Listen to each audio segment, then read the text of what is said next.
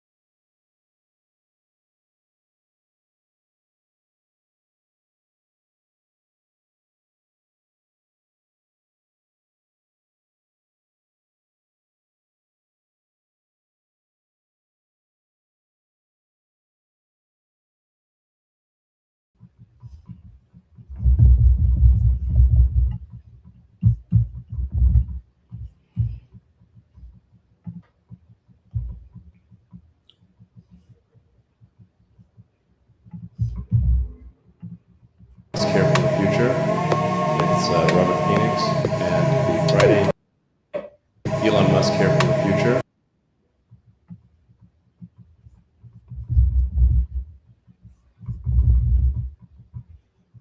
Elon Musk here for the future.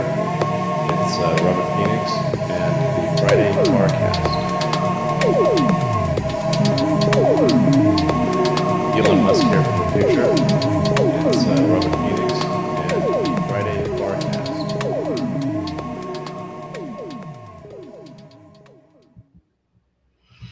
All right, we are back, literally, figuratively, right?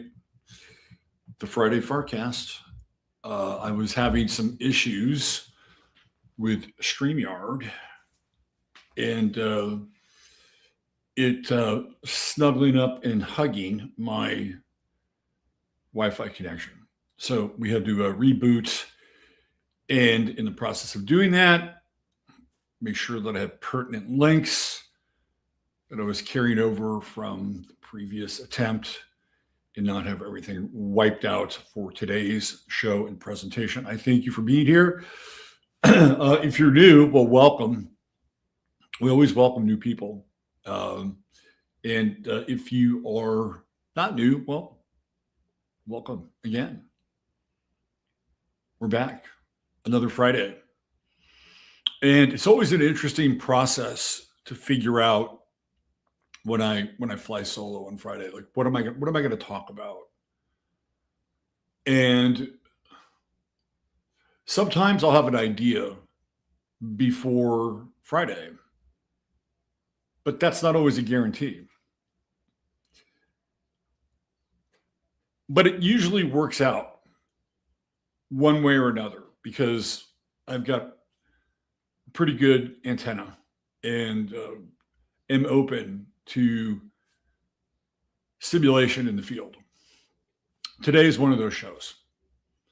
And it is based on a text that I received earlier this morning. And as I mowed my lawn with my shitty electric mower, the pieces of the show began to kind of fall into place. And that's one of the things about physical exercise, even if it's not like intense and demanding and exhausting, what it does is it shuts off, part of your brain. So another part can come in and sort of take over while you're engaged in the act of doing something, right? And the doing something part is important because, like, if you're involved in a lot of detail work and a lot of focus, so you're writing something or editing something or whatever that takes, right? You can't really have the other part of your brain engaged and working because you need like all hands on deck with something like that. But when I'm just speaking personally, when I either like go for a walk or work out, or today mowing the lawn, it switches off, right? It gives me something to do, and another part of my brain kicks in, and it's like, oh yeah, there's that. So I recommend this just about anybody. If you need an answer to some of the questions in your life, sometimes doing something that is not related to that subject, topic, or question can be really helpful to take your mind off of it. And then all of a sudden you get a different stream of consciousness coming into your awareness. It's a very simple technique, super, super simple. It's kind of like meditation in some ways, but maybe a bit more active. I used to do a lot of gardening, and whenever I got into the earth, I am an earth sign. I found that was regenerative.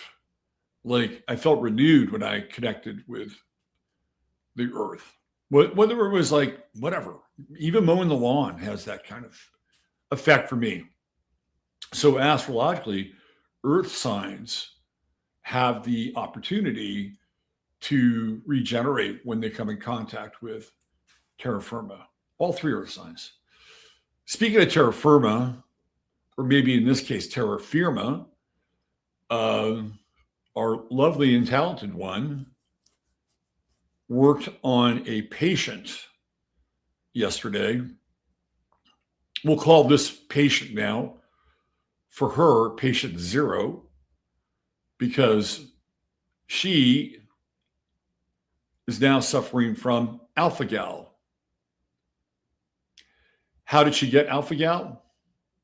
She got bit by a tick at Enchanted Rock, which is kind of a nature preserve area, very interesting place.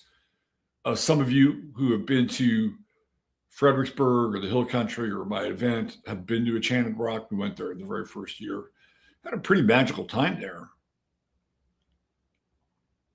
Now, when you set foot into Enchanted Rock, whether you're camping or walking on the trails, now you got to bring some tick awareness, because this person got bit at Enchanted Rock by a tick, and now she has alpha gal. And let me tell you how serious this is. Not only can she not eat meat or dairy, coming into close contact with it can trigger her symptoms. So her husband, who at this stage does not have alpha gal, we don't know if she can pass it to him, right? This is all, new territory, right? If he eats meat and the remnant of the meat is in his saliva, and I'm not even talking about he just, chewed on a piece of brisket and then kisses her. Like, he's eaten the brisket and is in the process of digesting the brisket. She can get an alpha gal reaction just by kissing him. Just think of that for a moment. All of a sudden, your life gets turned upside down overnight because you got bit by, I think what we can all agree upon, by genetically modified tick. And now they're here, right? They're just waiting. They're just waiting to find you at Enchanted Rock in the Hill Country in Texas. And we're going to talk about COVID today. But I had to bring that into the conversation because when you add it all up, right, it seems like we're really living in a time of plagues, most of which, by the way, are man-made. In fact, I think they're all man-made. Another real problem here in Texas, which is recent, Texas seems to, have a bit of a target on it right now, is the screwworm. Now, apparently the screwworm will pop up its ugly little head once every 50 years or so. It's not like the screwworm has just shown up. But the screwworm is devastating to what? Cattle. And guess what? It can affect humans as well. So now we add the screwworm to the list. We have the genetically modified ticks to the list. And of course, the subject of today's show, which is the ongoing ravages of the COVID-21 so-called vaccines. Now, a video like this would have gotten me tossed off of YouTube in 2020. And in fact, in some ways, they did. Right? 2020 was a really intense and big year for us because we were dealing, number one, with COVID, number two, the summer of George Floyd, and number three, the eventual reelection of Donald J. Trump. And the way it was set up on YouTube is that most channels who were pro-Trump were also anti-vax. Not all, but most. So YouTube at that time, who was being managed by Susan Nowicki, who's no longer here, by the way, which is kind of interesting. And when I say no longer here, she's passed on. And again, given today's topic of conversation, I wonder why. But at that time, it was very clear that the so-called left, or the Democrats, or whatever you want to call them, the left arm of the pincer, because that's really what it is, right? The people think that the Mamdani candidates are going to be better in some ways because they defeated the AIPAC candidates. No, they're just the left side of the right side, right? Those guys are the Bolsheviks. They're the Bolsheviks. And then, of course, on the right side, we have the Zionists. So, like, say hello to the new boss, same as the old boss with a different coat of paint. Clearly a different ideology as well, but nonetheless, not one that I think most free-thinking people would readily adapt or adopt. The Steelers Wheel song just starts playing in my head.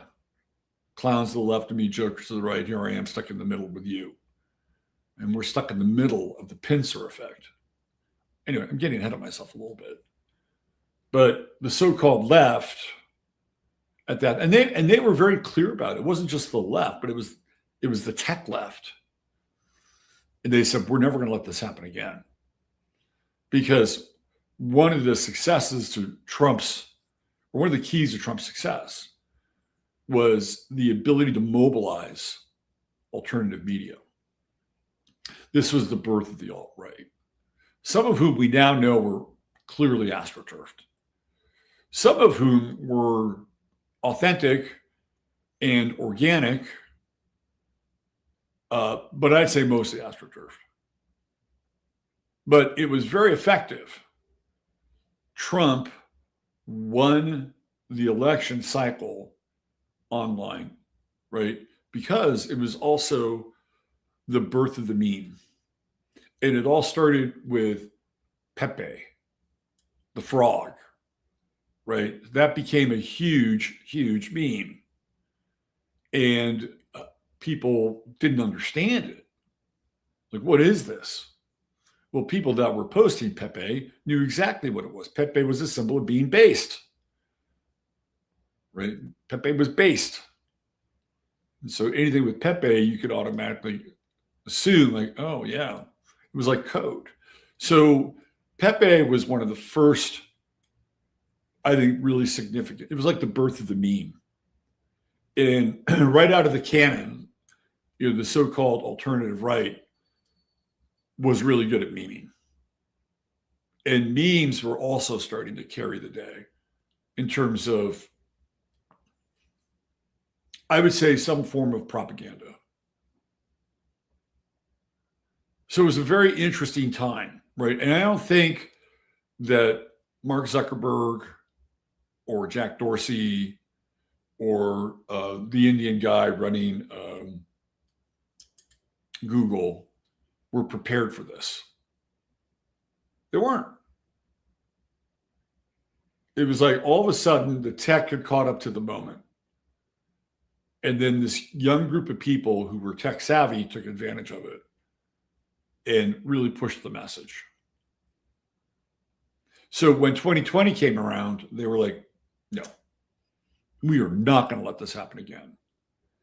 And that's where you get into some of the controversy around Facebook and what they were doing algorithmically, right? Same thing was happening with YouTube. YouTube was looking around and saying, oh, well, who could influence this election? And I think they based it on, number one, are you critical or against the vaccine? And number two, have you shown any support for the current regime? And the algorithm kept a running record of who those people were.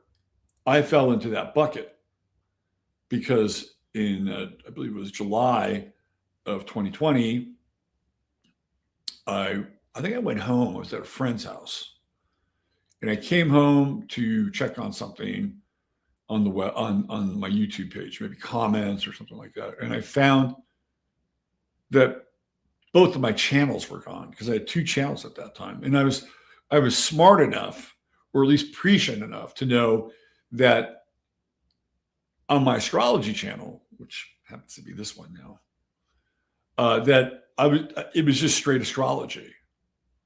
And I'd set up a separate channel for this show. And both channels got 86th. And I can't begin to tell you what that feels like when the body of your work just vanishes. It's a very harrowing feeling in a lot of ways. But in the moment, right, like you can't really dwell on it. In the moment, you're thinking, how do I fix this? You know, I couldn't just sit there and, you know, weep over the fact that Big Brother just 86, you know, 10 years worth of work. You're 12, if we're being honest. 14? Somewhere there. So I realized that YouTube had made an error. And the error is that the channel that they were penalizing me for had nothing to do with the other channel. So after I had set up kind of a makeshift solution to everything, first doing just straight podcasting, just pods, live pods. And then I went over to Vimeo, and Vimeo kicked me off in like 2 weeks. And I signed up for the big Vimeo package. I'm like, okay, I'm going to invest in Vimeo. It kicked me off in 2 weeks. And I demanded my money back. And they gave me my money back, thankfully. And I'm like, okay, well, what do I do now? So I started to, you know, podcast off the website and figured out that solution. But then I appealed to YouTube. And I said, you know, I may have been in violation of something, but both of my channels were in violation of it. So if you're going to penalize me with one channel, not the other one. I got my astrological channel back. And then over time, I got the other one back. Go figure. It was just something expedient in the moment, right? They just didn't want another voice out there influencing the election. That's as fundamental as it is. Now, the state, and I'm going to get to our story today, but the state of YouTube now is quite different. They will still get you for copyright stuff. And there are levels of the copyright violations. Play a song and you're kind of fucked, right? There are marginal copyright violations, which can keep you from being streamed in other regions of the world. So it's not like, if you're smart, you can maneuver around that, right? But they'll still get you for it. Content-wise, it is free range. And there are a lot of theories as to why it's free range now. I mean, on my feed, I can't go through my feed without somebody having a show on the dark secrets of the Kabbalah or Zohar, or the the evil history of Zionism, like that content would not have been tolerated 4 years ago. It would have been deemed by YouTube as being hateful. That's not the case now. There are a lot of theories as to why, they've opened the floodgates for this kind of content. Some of which ranges from tracking people, encouraging more people to show their cards so that they really know who the dissidents are. Like when the time comes, they've got a much more complete profile of who they may want to round up, right? So that's one theory, possible. Another theory is that by letting people do this and become vocal in this area that is controversial, at the minimum, that what it does is it simulates a revolution. That they're letting us get our angst out on the internet so that we don't get our angst out off the internet. Kind of like a discharge system. And are the two mutually exclusive? I don't think so. But those are just two of the ideas floating around as to why YouTube, and for that matter, well, X is because Elon Musk is there. And I don't know. I really don't post a lot on Facebook anymore. So I don't know but I see reels. And a lot of the reels aren't very politically incorrect. So it's a very interesting time in terms of talking about these things. And the net result of it is to be determined. I don't think it's being done because all of a sudden the people who control the levers of these platforms got red-pilled or black-pilled. I don't really think that that's the case at all. But we may as well take advantage of it while we can, and we'll deal with the consequences if there are any later on. So that brings us to the topic of today's show, COVID-19. And how I came to decide to talk about it today. Before I do that, I want to just do a little business here, a little house business. So I don't want to jam a bunch of stuff on you, right? But there's a lot of moving pieces. First of all, we have this little QR code at the top. If you like the content and what I do, you can always buy me a cup of coffee. There's, I believe, a link in the show notes. There's also the QR code. I do not have access to PayPal. That ended about 2 years ago. So Mark Dice does this as well. He's a coffee guy now. And I know why, because he doesn't have access to PayPal. I've never asked him personally. I don't know Mark Dice, but this is the first default when PayPal says, no, we're not working with you anymore. Okay, for whatever reason, right? So if you enjoy the content, and I don't have any real gated content, this is, you get what you get, right? You get what you get. Although this leads me to another part of today's business, is that after the July 4th weekend, not the Monday, but the following Monday, over on Locals, and there's a link there inside the chat if you want to sign up for Locals. Every other Monday for the next 3 months, I will be on Locals, and I will be talking about astrology, basic astrology. And this coincides with the next piece of business, which is my book, The Celestial Blueprint, which is now available over on Amazon.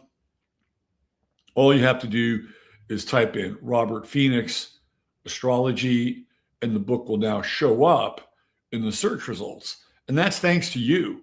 That's thanks to the people who have purchased the paperback, which is available now. The hardback version will be available shortly. And the more we purchase the book, the more it goes up in the search results. And I'm going to have a target day where I want as many people as possible to buy the book. And it's kind of a self-serving reason for this. And this was brought to my attention by Robin from chat in New York. And she said that the way to push the book up in ratings is to have a group of people all buy on the same day. So I'm gonna have a book day, and I'm gonna keep it until the hardback comes. So we're gonna do that. I'll have an email sort of hopefully bringing people together to buy the book on that day and push it up. Right? Why not? We're going to game the system. That's how you do it. So that's available. The paperback's available now. And I will have some signed hardback versions as well. And that'll start to happen in the next 2 weeks. Those you will have to purchase from me directly because I have to purchase them from Amazon and then send them to you. So you can figure out where you want to chime in. And eventually we'll have a Kindle version. We're also working on a Spanish translation and a German translation. And those are going to follow shortly. So if you're on Amazon Germany or Amazon Mexico or Amazon Spain, you'll be able to get the book in your native language. We just have to get it proofread a little bit so that it sounds reasonable. All right, so we got coffee, we got locals, we got the book, and then True Hemp Science, which is the sponsor of the show. And all you got to do is go to truehempscience.com, type in 15MINS. When you check out, if you're a first-time buyer, you're going to get 20% off some of the highest quality CBD you'll find. Like you can go to a truck stop or a gas station and maybe even one of your local CBD shops. I guarantee you'll be able to find product, but you won't be able to find product at this level. And that's what separates Chris's CBD out from other versions of CBD. And there's a reason for that. It's all organic. It's all organic. And it is lab tested. This is top shelf plant and processing all the way through. And their gummies are worth the price of admission alone, both daytime and sleep gummies. I think I have it covered. Oh, one more thing. If you're interested in a reading, I do have a special right now that coincides with the launch of the book. The instructions for that are also in the show notes. So it's $50 off any reading that you want to get, or $100 off the everything reading, which is my favorite reading. And that's there as well. Okay. Business out of the way. Thank you. So let's talk about the genesis of today's show. Earlier today, I received a text from a friend on the East Coast. And she told me that a mutual acquaintance, not for her, somebody she's quite friendly with. For me, I would say an acquaintance, somebody I know, somebody I actually did a reading for many years ago, and this is in Pennsylvania, that his daughter, 40 years old, just passed away from cancer, leaving 3 children behind. The oldest is 10. The youngest, I believe, is 5. And there's a part of that story. I don't know everything. I only know what I would call the superficial details. But they're enough to sketch out a narrative from. So what are those superficial details?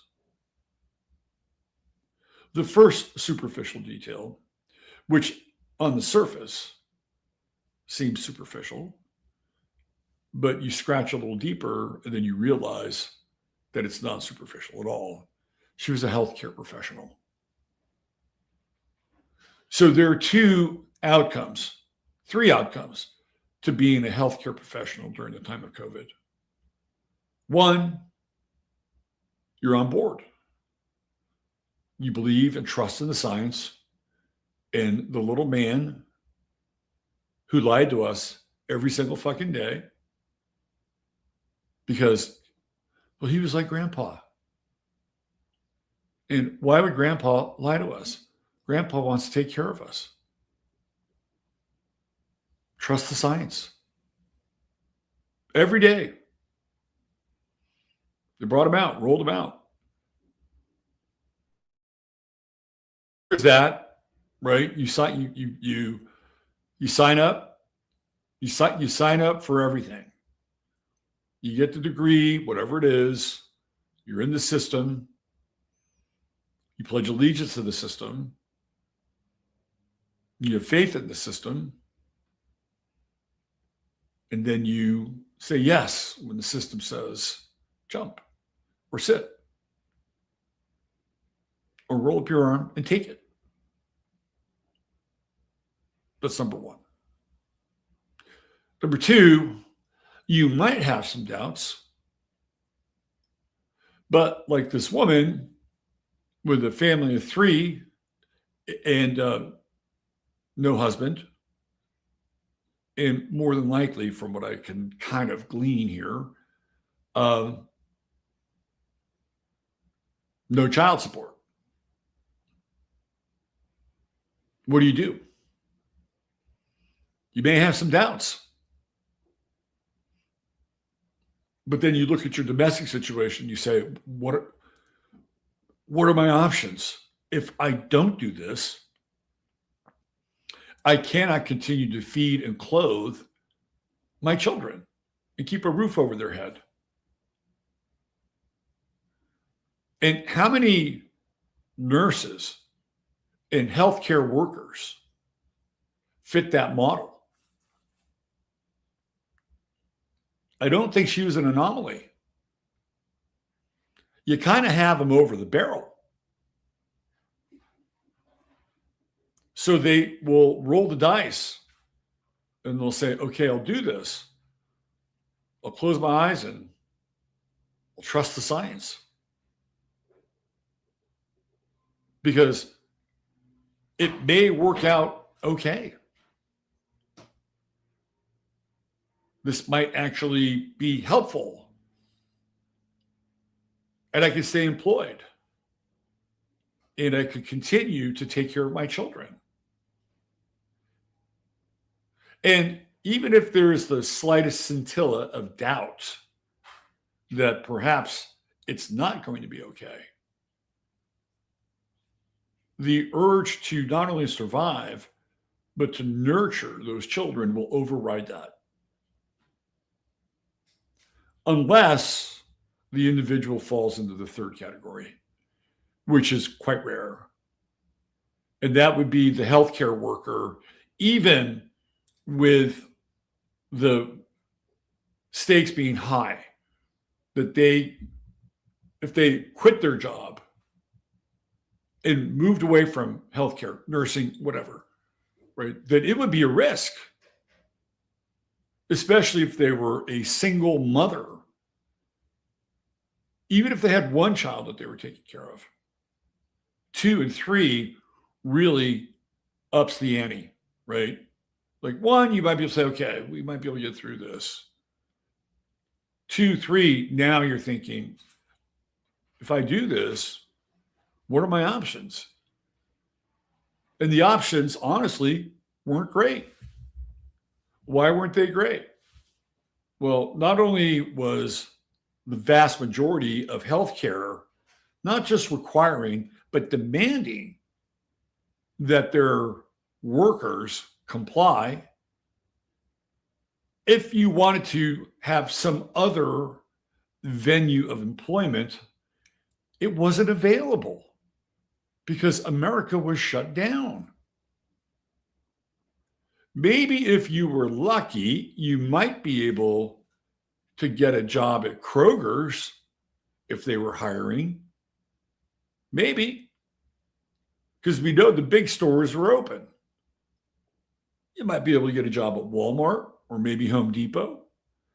But I guarantee you, if you're a healthcare professional, those jobs don't pay as much as the one that you'd be leaving behind. Not only that, but you'd also be giving up your benefits, which include your children as well. because I doubt very much that Walmart has a very robust benefit program. I could be completely wrong. So if you're an employee of Walmart, feel free to leave a comment and educate me. So the options to reroute one's life were very limited. And Americans were really, not just Americans, people around the world were put into a real jam. And it was a lot of the people who wound up submitting and succumbing to the shot did so out of duress, not out of a sense of, hey, I'm going to roll up my sleeve and I'm going to take it for the team, God damn it. Yeah, there were some of those people, but I don't think that's where the majority of those people came from. And if there was duress, they probably had some kind of override in their system that was like, just got to do it. Just got to do it. I don't care. Just got to do it. So today's story starts there. It's a woman, a healthcare worker, dies at 40 years of age, cancer.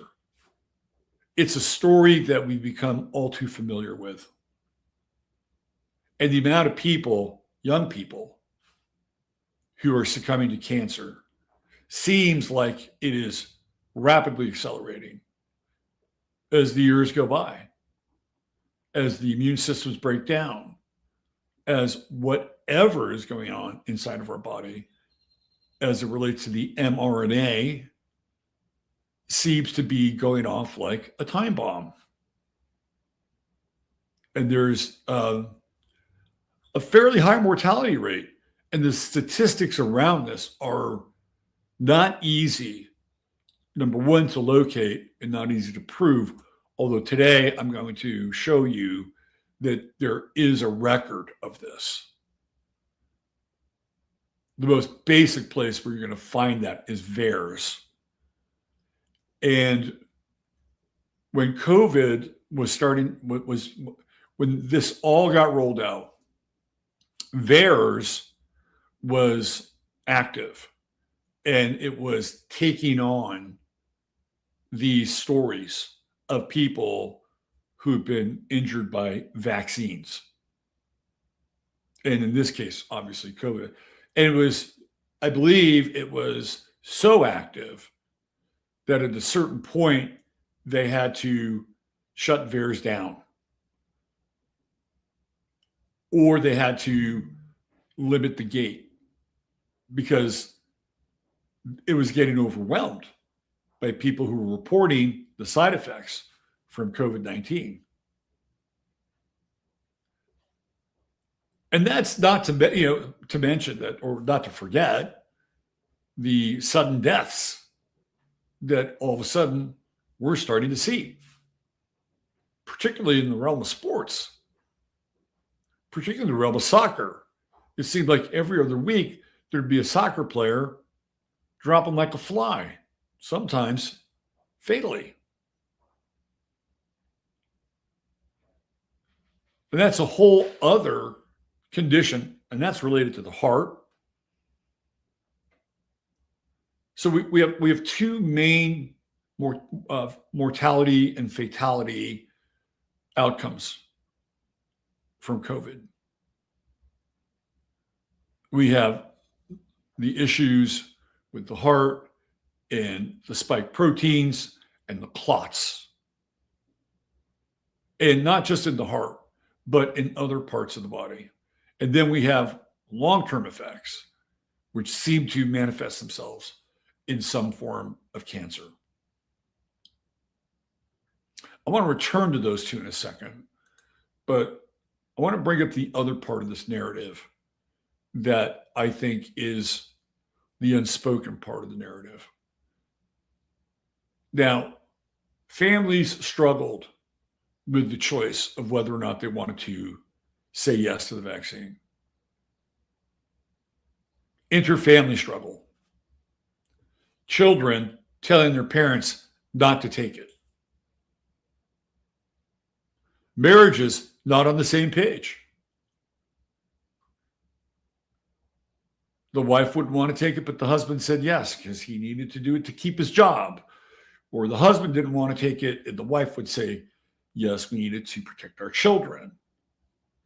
Each side had its rationale for taking it, while the other side did its best not to comply.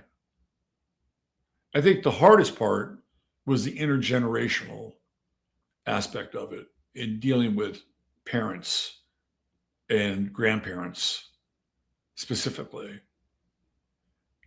And I think a lot of us know how that turned out. Not good.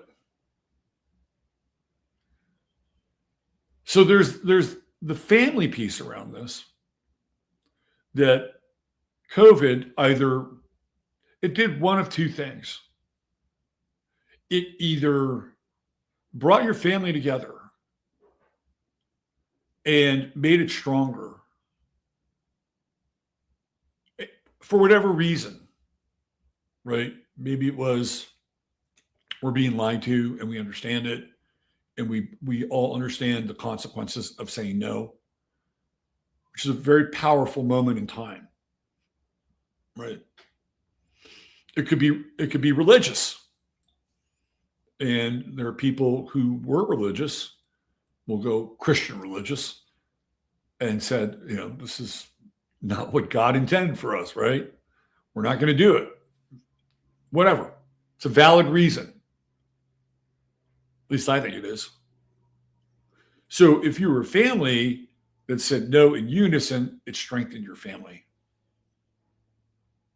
But if you were a family that was split, it weakened your family. And not just weakened it from a social and interpersonal perspective, but also physical, biological, and immunological perspective as well. But what about the families that were split? And when I say split, I don't mean like a split decision, but split as in a one-parent family. And in this case, usually the mother with just the children. And in this case, this is what I'm referring to this woman who now leaves behind 3 children. The youngest, I believe, 5 or 6, and the oldest 10. The other one somewhere in between. Why was this a single mother? Why was she a single mother?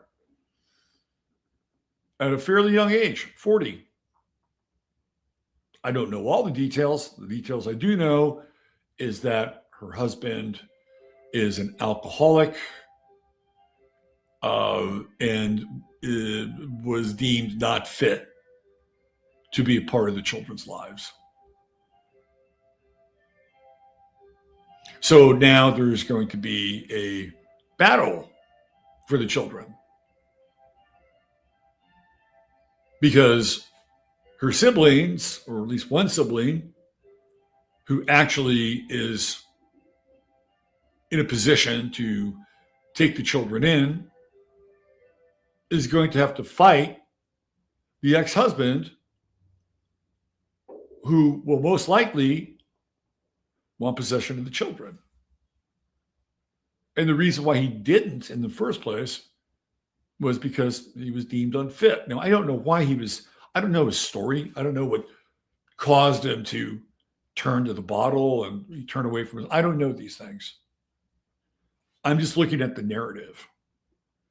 That said, right, not having another person in the family and in that household in some ways forced that woman to make the decision to get the jab.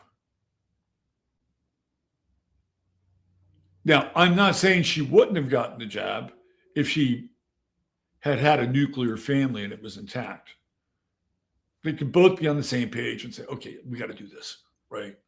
However, the possibility of having 2 parents in the workforce, if they lived within their means, if she was philosophically and fundamentally just opposed to it, she could say no. And who knows what the husband's story would be? I don't know. But let's just say, for instance, the husband's a carpenter, or let's say he's a plumber, something along those lines, right? He's not really forced to do that. He may have to show up in somebody's house with a mask, because they were freak out, but he could still not violate his body, right? Make her choice easier. So what I'm saying here is that by not having a nuclear family, she was more vulnerable. And that's a fact. And it actually says something about our society in that during COVID, what COVID did is it revealed how fractured we already were. And then it came in and it just put pressure on those fracture points. And that's when everything started to break. We were already fractured. The idea of the family, mother, father, children, all under one roof, having not just cordial, but strong bonds with the previous generation, and perhaps even the generation previous to that, completely fractured. Totally fractured. It was already in place. Some of that was political. Some of that was maybe personal. For whatever reason, let's say somebody in the family married outside of their race or their religion. Could fracture the family easily. Sexual orientation can fracture the family. Now, you may not have kids, or though today's time you could have kids, right? So COVID didn't really fracture us. It revealed that we were fractured. And it just put pressure and it broke things, right? It broke families. It broke lives. It broke people from their jobs. And in some cases, people rebounded and said no, and they're better off for it. It took a lot of courage to say no. So that's the other part of this narrative. If that woman had been in a relationship with a healthy man, and clearly he wasn't healthy, or else she wouldn't be in the relationship. And again, I don't know the circumstances, right? They're all very personal, but it wouldn't take a whole lot to figure things out. Usually based on past trauma and the inability to find value and worth in one's life and what they're doing in the world.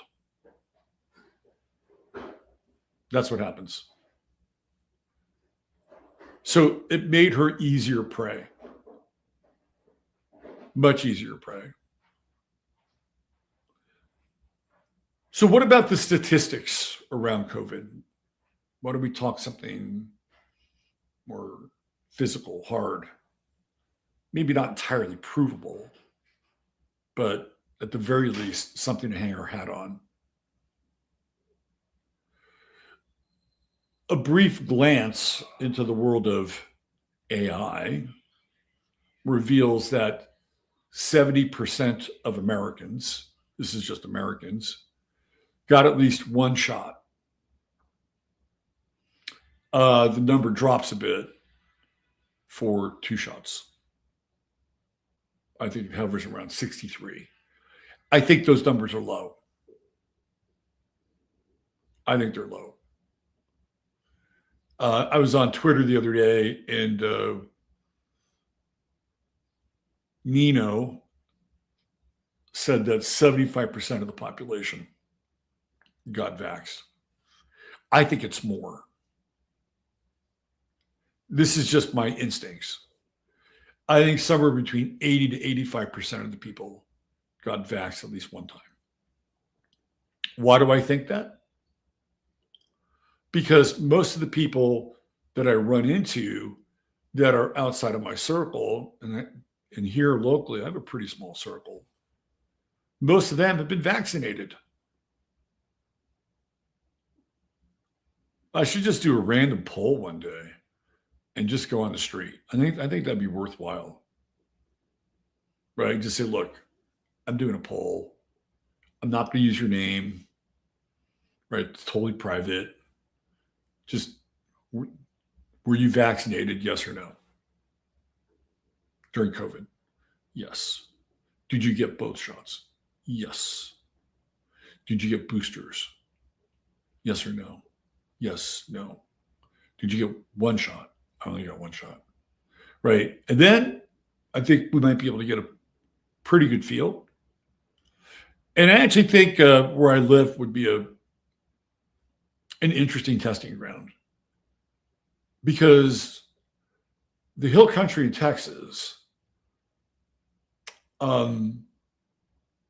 is a curious blend of people who are somewhat independent in their thinking, and a lot of order followers.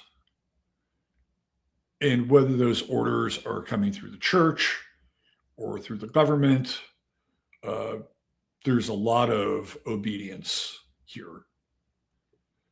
And there are people that have some backbone and some spine. So I think this would be an interesting place to figure out what the real numbers are, or a close approximation. I think it would be much more honest than going to a place like New York or San Francisco or Seattle, where you're not going to find a lot of unvaxxed people. That's just my instincts, right? So I think about 80 to 85% of the population got at least one vaccination.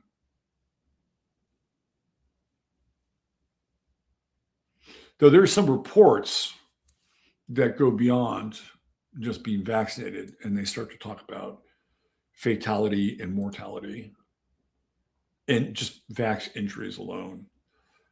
And I have one of those reports popped up and ready to go. Of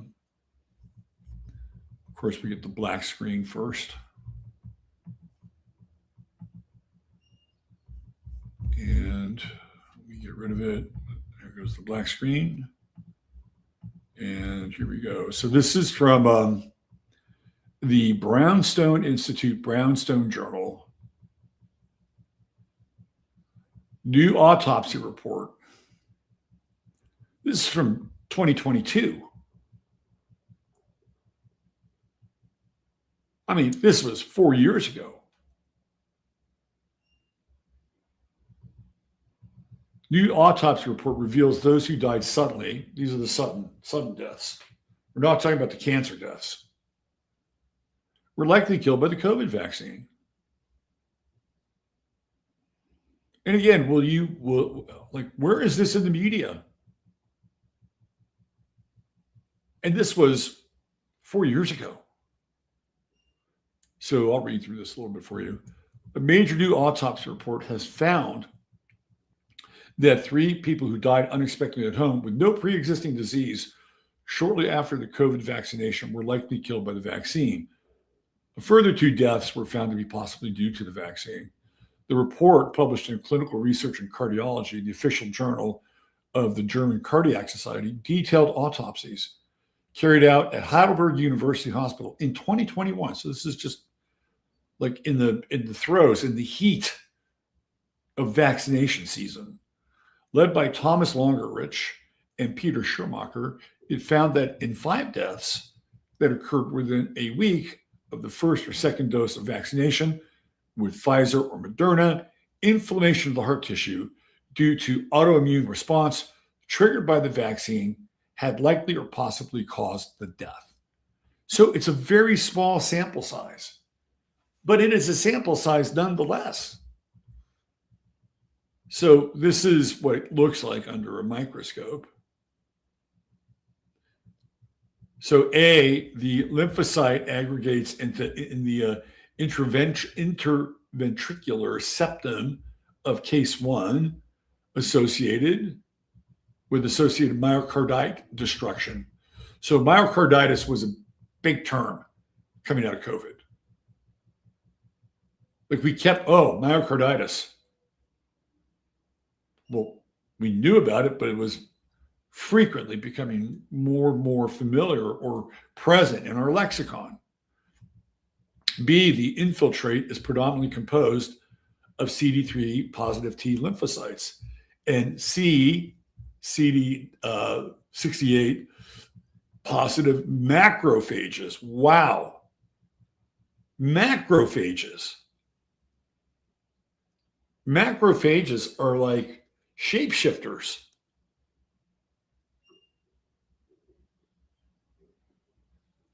Macrophages are nasty. D, in lower magnification, 2 foci of CD4 positive lymphocytes are evident. So this is all in the heart. In total, the report looked at 35 autopsies carried out at the University of Heidelberg in people who died within 20 days of COVID vaccination, of which 10 were deemed on examination to be due to pre-existing illness and not the vaccine. For the remaining 20, the report did not rule out the vaccine as a cause of death, which Dr. Schermacher has confirmed to me is intentional, as the autopsy results were inconclusive. Almost all the remaining cases were of a cardiovascular cause, as indicated in the table below from the supplementary materials, where 21 of the 30 deaths were attributed to a cardiovascular cause. One of these is attributed to blood clots from AstraZeneca vaccination. The report was looking specifically for post-vaccine myocarditis deaths, leaving 20 from other cardiovascular causes. So let's look at some of these. We have case 6, 73 male, ischemic cardiomyopathy, cause of death, arrhythmogenic cardiac failure. Case 7, 56 male, ischemic cardiomyopathy, arrhythmogenic cardiac failure.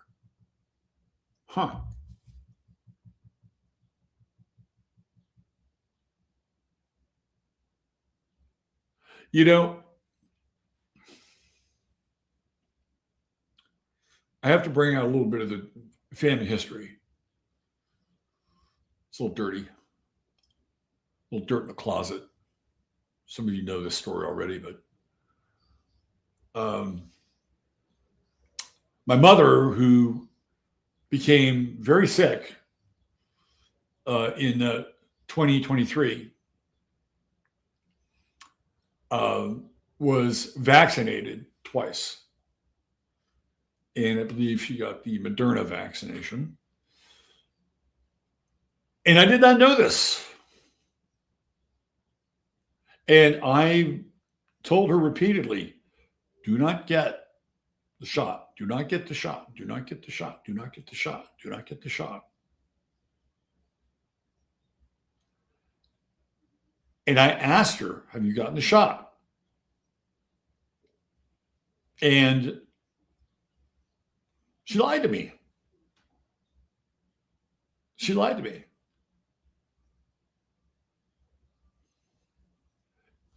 So I was under the assumption that she was operating in an environment where all of her friends got the shot, all of the people at the church got the shot, and she's just, there. And she said no. And I'm like, I'm really proud of my mother. That's what I thought. Like, I'm really proud of my mother. She had the backbone to not get the shot.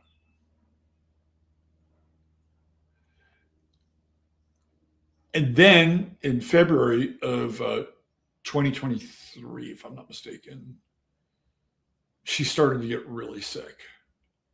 really, really sick, hospital sick, heart sick. And she had some pre-existing conditions, but she was pretty healthy in managing her life. She was taking pharmaceuticals, whatever. But she went from being relatively healthy to being spectacularly unhealthy, which facilitated me or prompted me to go to California and pluck her out of her environment because she was no longer able to take care of herself. And I was still under the assumption that she had not taken the vaccines. And some of you know the story where once she got here, she was in recovery from getting a pacemaker. And, I found a card in her wallet because she wanted me to go in her wallet and her purse and find something. And I found a picture of her and my father, and I looked at it. There was something stuck to the back of it, and there was her CDC card. And I was really pissed. I was so pissed. And was I pissed that she got the vaccine? I was annoyed, but I was pissed that she lied to me. And she, basically said, well, I couldn't go to Trader Joe's or I couldn't do anything. I'm like, you should have told me. You should have told me, because if that was the case, I could have gotten you to Texas faster, and you would have had to, you could have just skipped all that, and you wound up here anyway. So one of the things that happens to my mother, right, is that she winds up having AFib.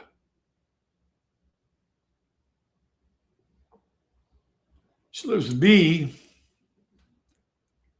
and not long after she passes away, right, who's diagnosed with AFib? Me.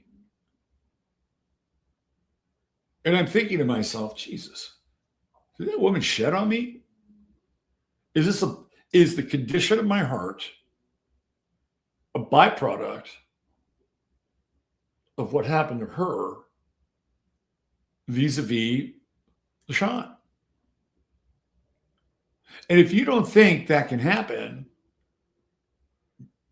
you're wrong. Because I know of people who have been in environments where everybody in that environment was vaxxed. Everybody. One of whom was a friend and a fan of the show, who was a chiropractor, and all of his patients were vaxxed. And he had a special maneuver that he did. It was a chest-to-chest adjustment that he had perfected, like a hug and a crack, crack, crack, right? In February, also of 2023, he died over a 2-day period because he had massive clotting in his lungs. Gee, I wonder how that happened.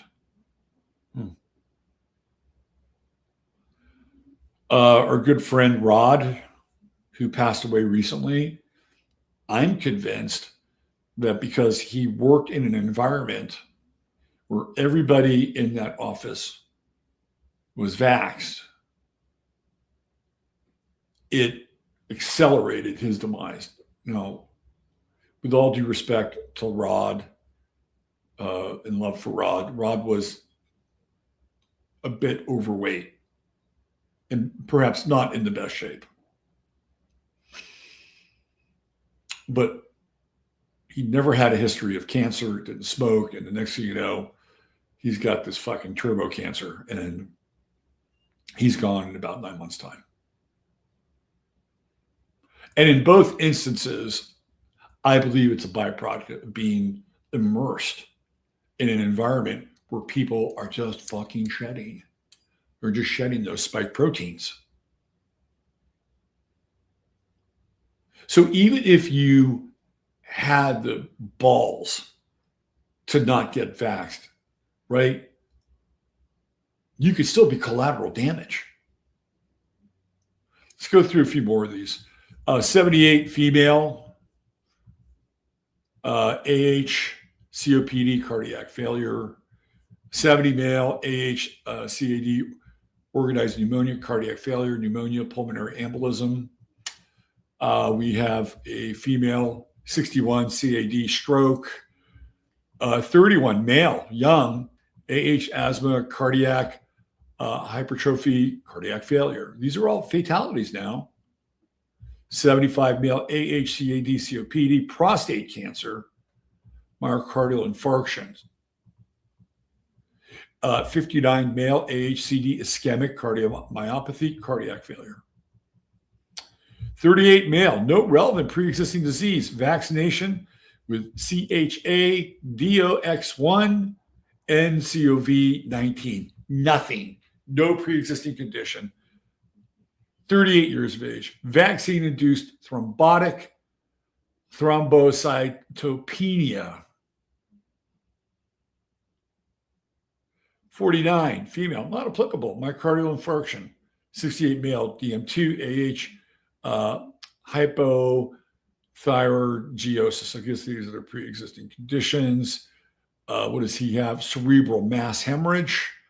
75 female, atrial fibrillation, CKD, ruptured aortic aneurysm. 53 female, not applicable, right heart failure, deep vein thrombosis. 70 male, not applicable, myocardial infarction. 39 male, not applicable, cardiac tamponade. 57 female, AHCAD, ischemic cardiomyopathy, arrhythmogenic cardiac failure. 69 male, CAD, myocardial infarction. 21 male, asthma, cardiac hypertrophy, 21 years old. 21. When did we see 21-year-olds go down with myocardial infarctions? Maybe if they were heavy meth or crack addicts, maybe. But by and large, 21, your heart is healthy. 31 female, not applicable. Ruptured aneurysm of carotid artery. And then 63 male, DM2 with gout, myocardial infarction. So CAD is coronary artery disease. So when you see that, that's what that means. DM2 is diabetes mellitus type 2. Of course, COPD is chronic obstructive pulmonary disease. So that's what those initials stand for. For the 5 deaths in the main report attributed as likely or possibly due to vaccines, the authors state, all cases lack significant coronary heart disease, acute or chronic manifestations of ischemic heart disease, manifestations of cardiomyopathy, or other signs of pre-existing clinically relevant heart disease. This indicates that the authors limited themselves to deaths that were where there was no pre-existing clinically relevant heart disease, making the report very conservative in which deaths it was willing to pin on the vaccines. So this is really early on in the game. It is worth noting here that initially in 2021, when the autopsies were first carried out by Dr. Schirmacher, stated that his team had concluded 30 to 40% of the deaths were due to the vaccines. These earlier estimates may give us a better indication of how many of the deaths the authors really think are attributable to the vaccines, when they are unconstrained by highly conservative assumptions and looking at causes besides myocarditis. Note that these percentages are based on selection of deaths that occurred shortly after vaccination, not a random sample of deaths. So the authors rightly warn that no estimation of individual risk can be made from them. Did the autopsies find spike protein from the vaccines present in the heart tissue? The samples from the 5 vaccine-attributed deaths were tested for infectious agents, including SARS-CoV-2, in one instance revealing low viral copy numbers of a herpes virus, which authors deemed insufficient to explain the inflammation. However, no tests were done specifically for the virus spike protein or nucleocapsid protein, such as been used successfully in other autopsies to aid attribution to the vaccine. So unfortunately, this evidence was not available for the autopsies. So I think that what we can infer from this study very early on is that through a very limited sample size, that there was an immediate effect of the vaccines on people who had no pre-existing conditions with their heart. And those that did have pre-existing conditions, well, it made them a lot more vulnerable for what was about to come. Now, when we go into the VAERS category, the number of cases was quite significant. And I have another paper here. This is from 2022. So again, we're going back in time. I wish I had some more relevant and earlier material, but a lot of work was done here during this time.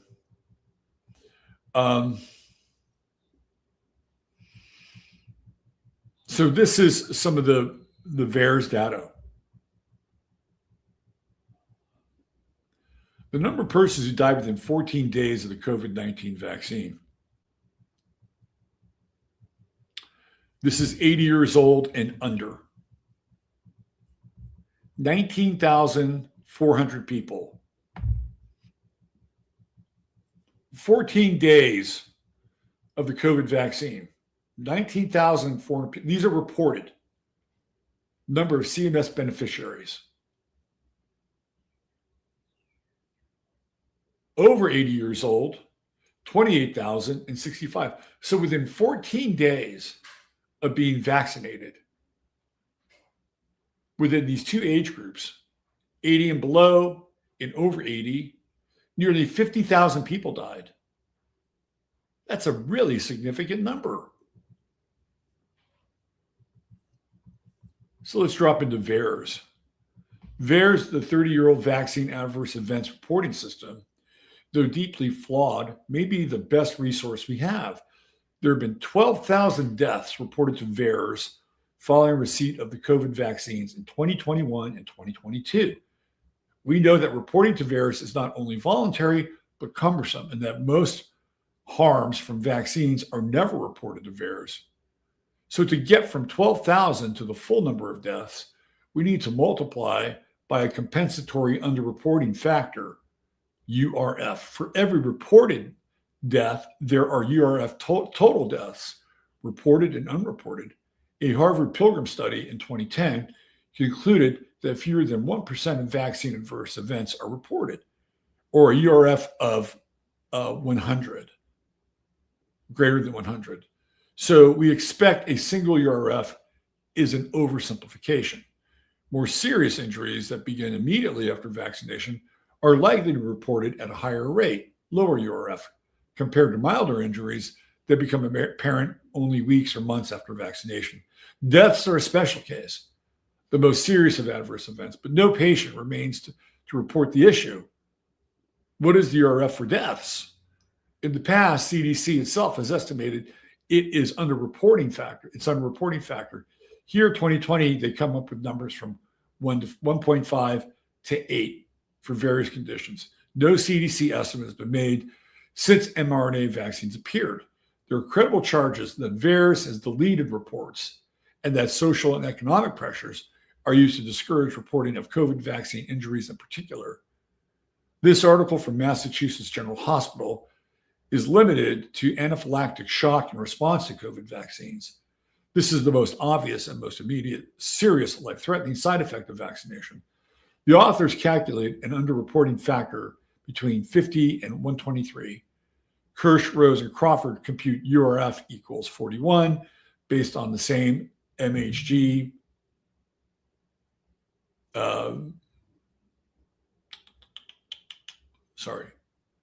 where was I? MHD data corresponding reports to VAERS. Jessica Rose estimates the underreporting factor using Pfizer's own data for the 15,000 subjects in their trial and comparing the rate of severe side effects in Pfizer's trial with the numbers subsequently reported to VAERS when the same vaccine was distributed to the public. She arrives at a URF equals 31.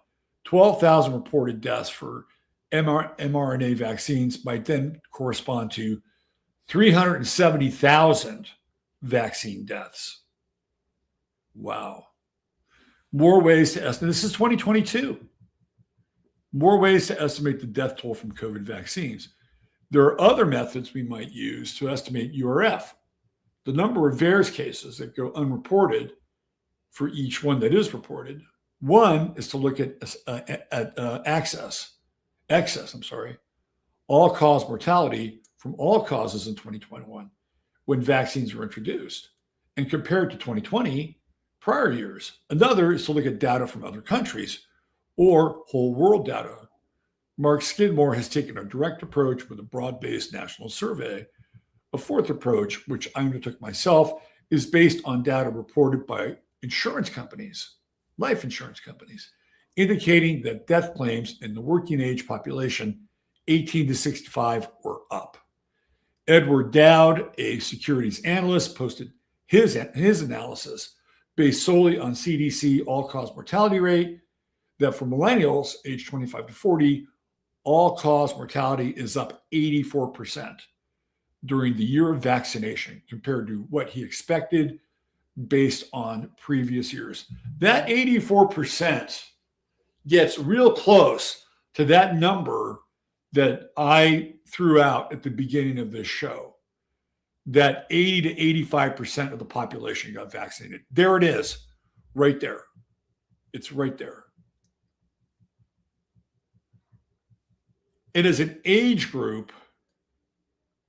I believe that the millennials and the boomers were the two age groups that were the most pro-vaccine, which is really weird because they are two age groups and generations that do not like each other, that there clearly is a generational divide.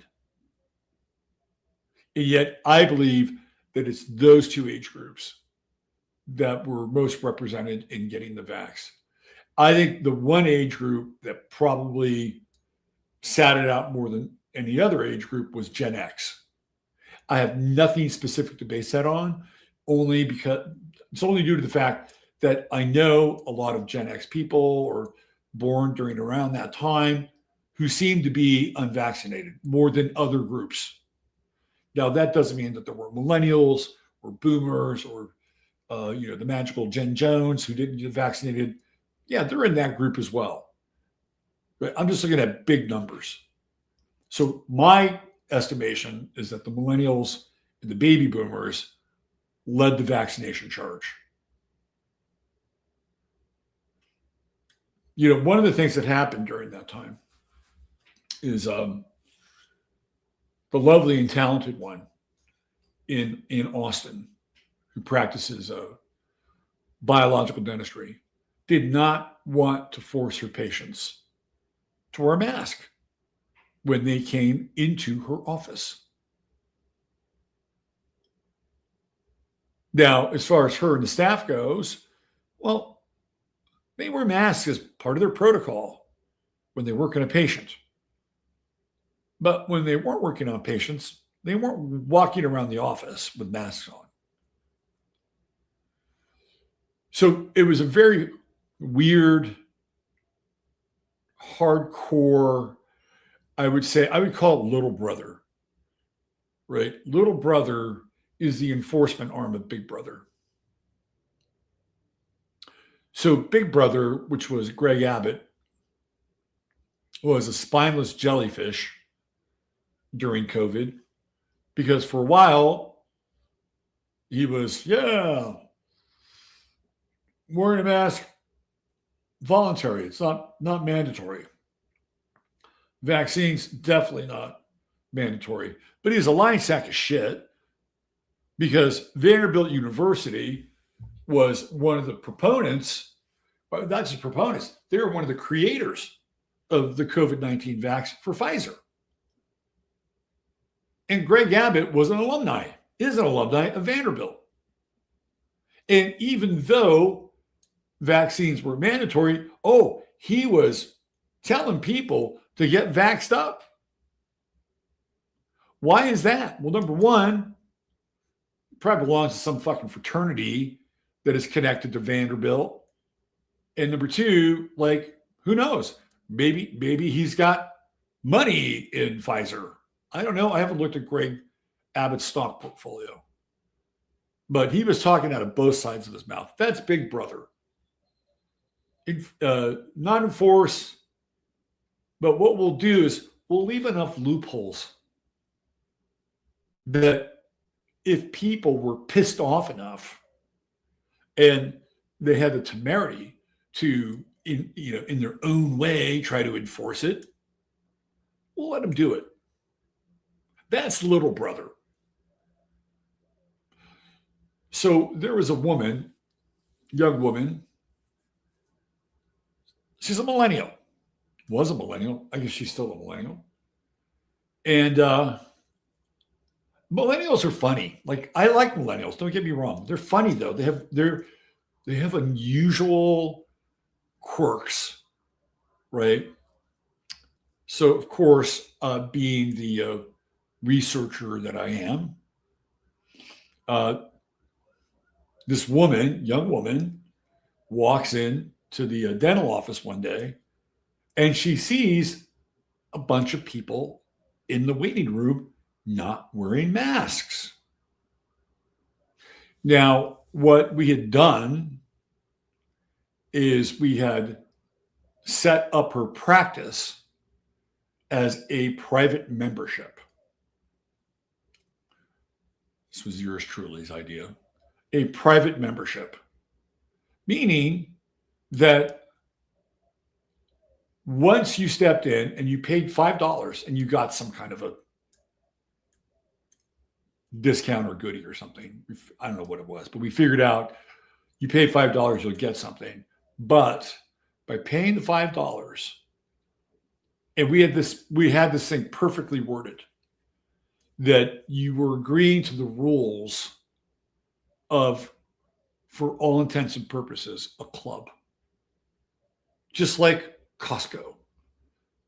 And that's why Costco was able to do what it did during COVID, because they were a club. And once you signed up for that membership with Costco, basically you were agreeing to follow the rules of the club. And they just rewrote the rules. Now, we never really paid attention to the rules, so we kind of blew past them, and yeah, it was fine, whatever. So we set this up, right? And it was perfectly worded. So this gal walks in, and she sees all these people without masks. And then she walks up to the counter, right? Because she wants to get biological dentistry. And she fills out the form, and then she stops. And then she flips out and leaves. But she has words before she leaves, right? So what does she do? She goes on Facebook, and there's a group of people on Facebook who were outing businesses in Austin who were not forcing people to wear the mask. That's little brother. And her practice made the hit parade. So I went in and I was like, who is this person? And I looked her up. And what was really odd is that she was really into like urban farming, right? Growing organic food like inside the city and educating people on, urban farming and why growing, organic food in the city limits was a really important thing to do. So she's checking like the health box, right? Oh, Yeah, organic food, urban farming, check, check. But then it came to the mask, and who knows, probably the vaccine too. It's like, oh no, no, no, no, no, no, no, no. You got to do that. Like, to me, that was kind of, not all millennials are like that, but it kind of like brought out a certain quirk in the millennial mindset, which is part of it like farm to table, craft, organic, maybe vegan, right? Like invested in that. But on the other hand, totally invested in COVID solutions, vaccines, like weird, like very extreme. And it's like, I was just scratching my head, like, this is wild, right? Anyway, we set up this club and it worked for a while. And then eventually somebody reported her to the board, right? The dentistry board, the big dentistry board, like the version of the AMA for dentistry. I think it was for state of Texas. And they sent her a questionnaire. It's like, why this happened and blah, blah, blah. I said, let me fill it out. I filled it out and I answered all of their questions. And at a state level, Greg Abbott never said that you could not do that. Never. There was nothing publicly worded about setting up a club environment and then enforcing that. Why? I'll tell you why. Because Freemasonry is a club. And do you think the Freemasons want to tell their people what to do? No. Or any other club for that matter, right? Not only that, but I looked at everything that the city of Austin said that in these cases, masks should be recommended. I think the language was pretty strong about recommendation. Nowhere in there did I find club. And I basically copied it verbatim and put it in the reply to the answer. Nowhere does the city of Austin require a club with private membership to make people wear masks. Not only that, but I also included the fact, and there are studies on this, and if some of you followed what I was doing at the time, that when people are in a situation like a dental office where, let's just face it, some people have a certain amount of anxiety when they go to see the dentist. Show me a person who loves going to the dentist and I'll show you a person who can get through anything in life. So there's mild levels of anxiety and high levels of anxiety, especially if you've been to the dentist before, even somebody as talented as her. So what happens when you put a mask on and you have less oxygen and you're already beginning to wade into the deeper waters of anxiety? Your anxiety will go up. They've done studies on this. I looked into it. These are Harvard related. So why would you want to force people to wear a mask, deplete their oxygen in an environment where they're beginning to feel anxiety, which could lead to further ramifications for dealing with that patient in the chair? More anxiety equals more fear. More fear means that patient is going to have more body movement, right? They'll be less relaxed. Novocaine, you give them a little gas, right? The anxiety is still in the air. So it makes it harder for the dentist, and there could be complications for the patient because they just can't be fucking still while the work is going on in the mouth. And it's like, I'm just going to leave it there because my answers were deemed not necessarily sufficient. I think they were, but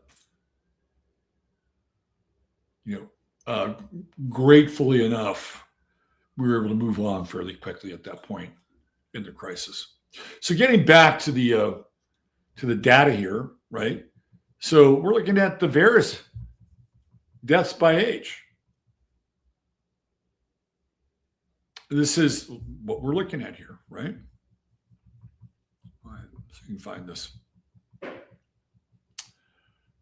Let's see. We got that. I went off on my millennial rant. The percentage is larger for the young millennials because the baseline number is smaller. In other words, the expected death rate among 25 to 40-year-olds is low, so vaccine injuries show up as a larger percentage.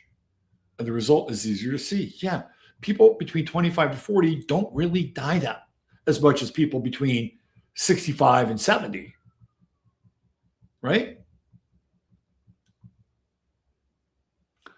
This is evidence that while COVID-19 kills mostly older people, roughly in proportion to their baseline demographic risk, COVID-19 vaccines take a relatively greater toll on younger people. Older people have exponentially higher probabilities of dying of any cause, and the COVID virus mimics the natural background rate, killing older people far more often than younger people.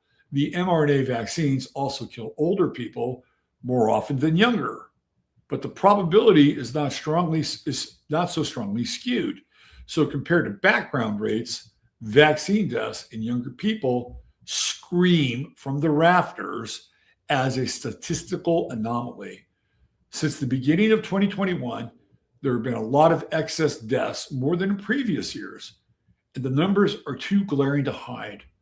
Of course, the mainstream press is not asking the obvious question: could these be connected to the COVID jabs? Everyone agrees the number of deaths is far in excess of what can be explained directly by the COVID virus. The excess mortality for young people provides clear and compelling evidence for vaccine fatalities. We can extrapolate roughly from data pertaining to the young, to the population as a whole, using the VAERS database to estimate what portion of the deaths are in each age range.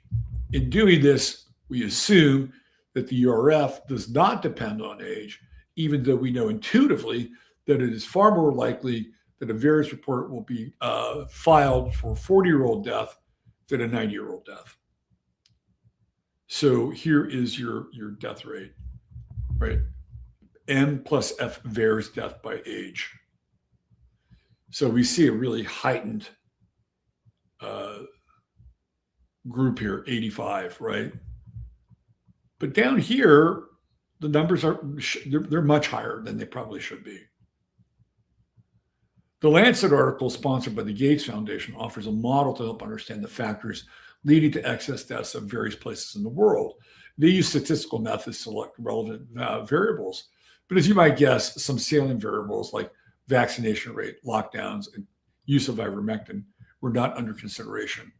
The article finds that in addition to 6 million people who died of COVID-19 in 2 years of the pandemic, there were 12 million excess deaths that could not be traced directly to the virus. Their estimate of 18 million worldwide excess deaths agrees pretty well with the economist model described below, which centered on 20 million with wide margins. Now, if you know the Lancet, they are an establishment medical journal, and funded by Bill Gates. And they are reporting a significant number of excess deaths.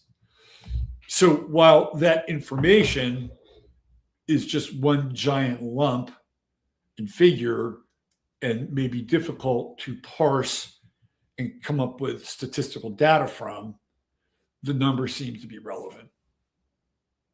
It seems to be relevant for the time period.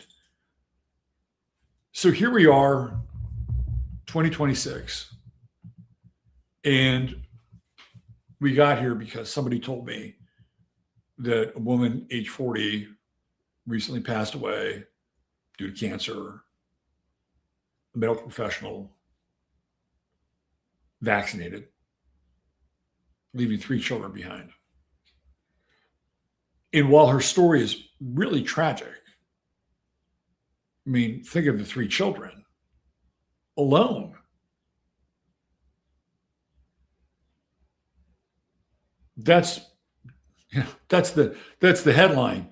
Or back in the journalism days, we would call that the tombstone. But the subheader is the social conditioning that is also associated with their life. Number one, and most likely being forced to take that vaccination based on the work that she was doing, the quote unquote industry that she was in. And number two, being a single parent. Really big determining factors. And where are we now? We're 6 years after the fact.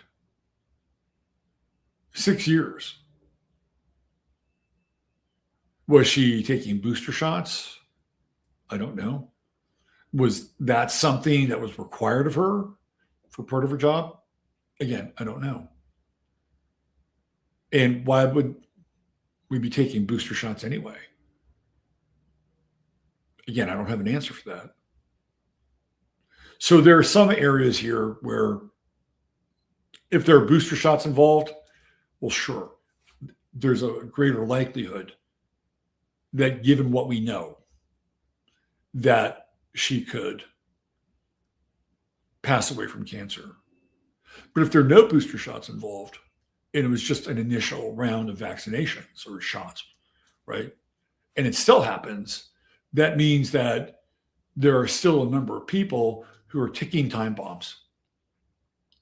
And it's only a matter of time before whatever they agreed to and consented to in 2020 and 2021 ultimately catches up with them.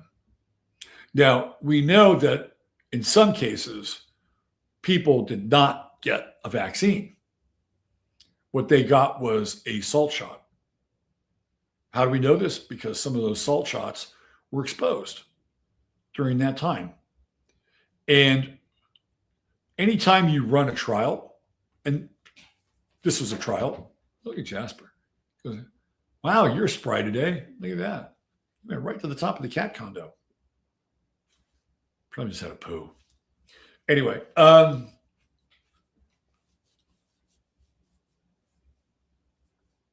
that means, well, the salt shot. Some people, if they were lucky, might have gotten one hot shot and one salt shot. It's quite possible. Quite possible. In which case, I think the odds go down. In some cases, they may have gotten 2 salt shots, and there would be no visceral reaction whatsoever. Now, keep in mind, for a period of time, there was also an mRNA vaccine, a non-mRNA vaccine, that was produced by Donald Trump's pal, Woody Johnson, over at Johnson & Johnson. They had problems with that vaccine, by the way, and they shelved it, I think, after about 5 or 6 months. Everybody in the NBA took that shot. Pretty much everybody in the NBA. Not everybody in the NBA took the shot, but when they did, they took the Johnson & Johnson. But it didn't take you out of the danger zone. It had its own risk factor. It might have been different than the Moderna or the Pfizer, but there was a risk factor with the J&J shot as well, right? And I'm not even sure that's been factored into some of the stats and data. It's a part of our history now that is criminally overlooked and swept under the rug. Now, Tulsi Gabbard was supposed to have left damning evidence against Fauci and gain of function. And I'm not sure how much I buy the gain of function story. It's like, it doesn't, for me, that's really not, that's just smoke. And it may be smoke from a different fire, right? What we're really talking about here is the actual application of the shots themselves, along with the testing and the swabs and everything that went along with it, the false positives, and it wasn't just the false positives, right? Like if people were admitted to a hospital during the height of COVID, didn't matter what you had.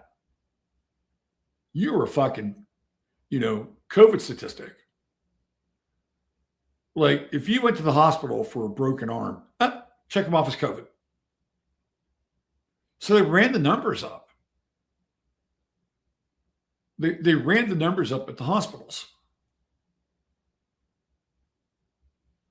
And then who ran with the numbers? Fox, CNN, MSNBC. They created the pandemic right before our eyes by fudging the numbers, by using a test that was never meant to be used to detect something like COVID, and creating cases where there were none. It was manufactured. Now, that's not to say that there wasn't something happening, because there were people that were sick. And I can't really equate to that. I don't know what the missing piece around that was, right? I do know that there were people you could literally buy, this is a fact, you could literally buy mRNA on the internet. You could do it. I remember David Wolf bringing it up, and I checked it out. Like, yeah, you can buy this shit, right? And there were people, and they were generally Asian people during that time, that were smearing, like wiping things like banisters and elevators, right? Like people actually touching the mRNA. Was it a factor? Possibly. There were a lot of people too who were faking, like being sick. You'd see them drop in public and there'd be a video of them. Oh, look, another one. And they were fucking faking it, right? They were creating the dilemma. They were creating the condition. Gain of function, not feeling it. Just not feeling it. Now, for me personally, in November of 2019, I got very sick. And I was sick for like 3 weeks. And I thought it was just a regular flu. It wasn't, because a regular flu, I'd be over in about a week. This thing lasted and lasted, and I was miserable, really, really miserable. So I came in contact with something, and it was ahead of the curve. Now, I can't say specifically if it was COVID or not, and I'm not sure how I came down with it, whether I was just run down and my immune system was suppressed. Who knows how these things happen? But I'll tell you what, I haven't been sick since then. And I mean cold, flu, whatever. That's 7 years. And I have not had any symptoms that were related to that time, or for that matter, any other time where I had experienced a cold or a flu. Now, is it because my immune system is stronger? I don't know the answer to that. I don't. But that one time I can think of maybe a few other times where I've been really, really sick. And that one time is like top of mind from November of 2019. So something was happening. I cannot logically explain what it was or how I got it. I do know there were other people in November of 2019 that were getting ill right around Thanksgiving.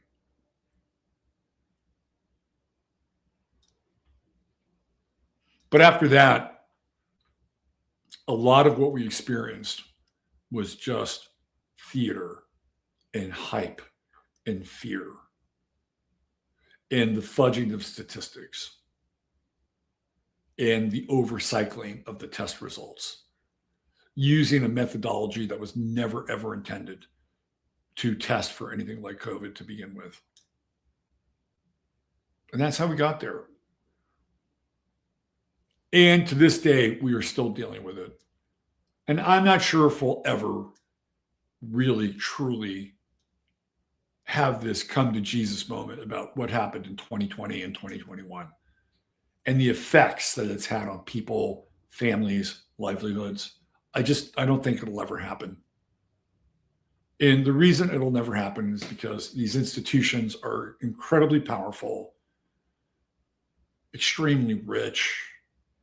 They control candidates, courts. They are invested by some of the most powerful eugenicists on the planet, like Bill Gates and others. So I don't think it'll ever truly be reconciled or rectified. The other component is that something else will come along and we'll have to deal with that. Usually happens. And this will be an affliction and a memory that will eventually fade away, unfortunately. I'd like to believe it would be different. I'd like to believe that just like somebody would come forward and explain to everyone how 9/11 happened and who was behind it and why we had to go through what we went through, and that person being credible enough to give us the official story and let us work through the uncomfortable truths around it. I'd like to think the same thing could happen to the Kennedy assassination, and we could have the same kind of accountability and truth. And I'd put COVID right up there with those two events, which for me were the two major events of my lifetime. Although I was quite young when Kennedy passed away. I remember being in a hospital getting my tonsils out and seeing Kennedy's funeral procession. It was on the TV in the hospital. And I asked my mother, what is that? Who is that? And she said, that's the president. And he died, and this is his funeral. And as a 3-year-old, you don't really understand like what the import of that is, right? So I didn't really grow up knowing Kennedy. I was too young. And by the time I became conscious, it was like, well, they're putting him in the ground. But for me, but as a society, right, we have to bring that into the discussion. And then 9/11, we have to bring into the discussion. Those are the two big ones. And then you throw COVID in there too. It is a massive conspiracy. And we're still dealing with it. I mean, we're still dealing with 9/11 too. Don't get me wrong. Our little sortie in Iran is still connected to 9/11 because that's where it all started. But we're still living with COVID and we're still dying with it. All right. That's our show for today. Thank you for being here. I hope you got, Epstein. Yeah, the Epstein operation. I got to put this up here. We got to add that to the mix. That might be the mother of all of them. And you know what? He might have his fingers in 9/11 and COVID. So Epstein might be, like like to have like the queen aunt or the queen bee or the queen yellow jacket. And if you can get to the queen, you can wipe out the hive, right? Epstein might be the equivalent of that.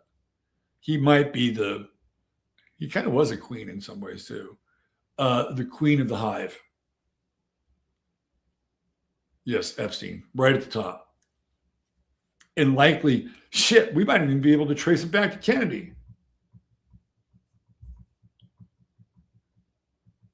If there was a flow chart with Epstein at the bottom, and it had all these like roots growing off of it to all these various conspiracies and things that have happened in society, that'd be really interesting. I'm sure something like that exists. Afghanistan, yeah. Let's see.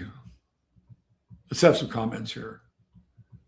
Alyssa Ayers, we can't move forward as a country until we have the truth of all of it. I would agree, Alyssa. I would agree with that. And as somebody who is both stubborn and naive, I believe we need the truth. I'm not sure if we deserve it, but we need it. And I think it's vital. I think it's vital. And there are people that'll say, well, 9/11 already happened. And we don't, we really, it's too late. No, I'm sorry. We're still living with it. We still have the Patriot Act. We still have components of that are related to surveillance and the NDAA. So it still lives on, right? And the only way you dismantle those things, which I believe should be dismantled, there's no reason why we should have the Patriot Act. And no president, since it was signed into power by George Bush, has ever really addressed it. And that was my litmus for Obama. I didn't trust Obama from the day that I saw him. And I did say, if he comes in and he cancels out the Patriot Act, he might actually be able to walk his talk. Obama was a lot of talk. You think Trump was a lot of talk? Obama was a lot of talk.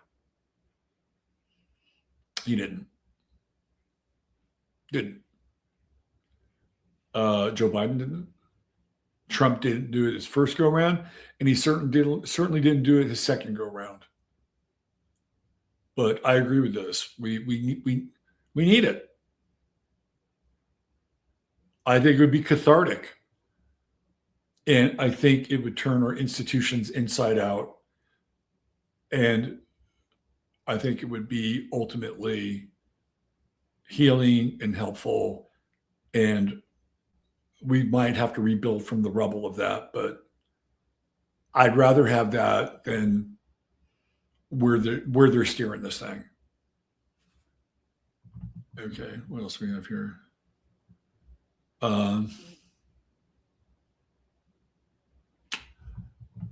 Let's see. Pure air, pure water, 7 times a day, no drugs. It may help.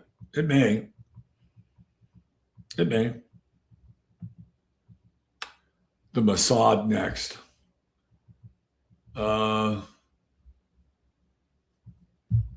I choose my drugs because I like the way some make me feel. You have freedom of choice. Princess Diana. Maybe. I'll leave that to the Brits. Game of function is how this crap came about. I sure carried stops. Well, I don't think gain of function is something we should be messing around with. I'm not sure entirely that it's responsible for COVID. I'm not sure entirely it's responsible for it. Possible, but really what we were dealing with was number one, we're dealing with fudging numbers. And the numbers are being fudged with the overcycling and either fatalities or people just showing up in the hospital. And then number two, once people started to get jabbed, they started to exhibit symptoms. Hello?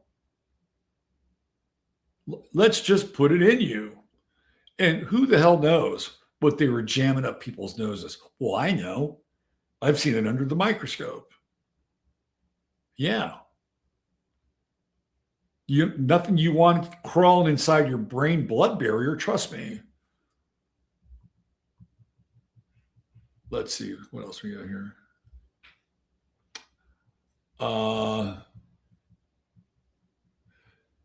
Yeah, I agree with that. I think, yes. Stanton Mick, I agree with you. The moon landing in space. What moon landing? You guys are funny.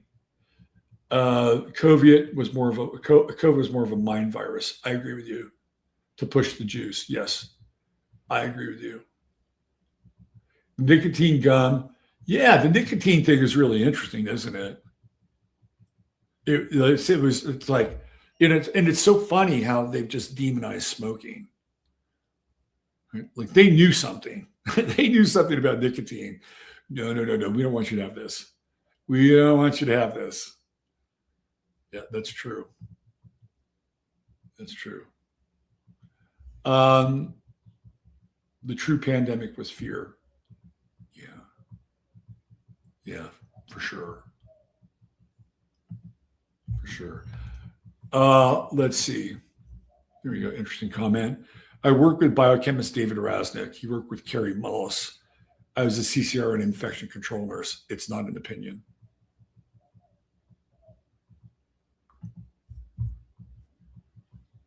Okay, cool. All right.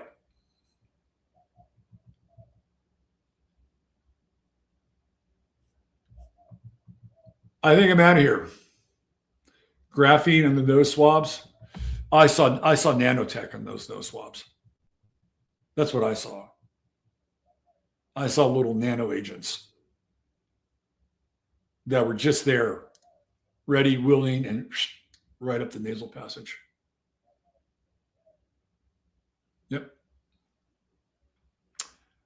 All right. We're out of here. Thank you, everybody, for being here, listening. Don't forget, my book is out. You can get it on Amazon. And I'll be doing locals after the 4th of July, 2 Mondays a month, free, basic astrology, right? That'll go along with the book. And what else? Cup of coffee, if you feel like buying me something. I think that's it. And, we kind of talked about this woman today who I don't really know. But I do want to just say that I really hope, and for whatever prayer that I can muster up in this moment right now, that her children are protected and loved and cared for, and that the highest and best resolution for their situation in their lives becomes manifest. Because ultimately, they're the ones who are going to have to deal with the downstream effect of what happened in 2020 and 2021. Sad, but true. All right, take care. Love you all. Treat each other well. Bye for now.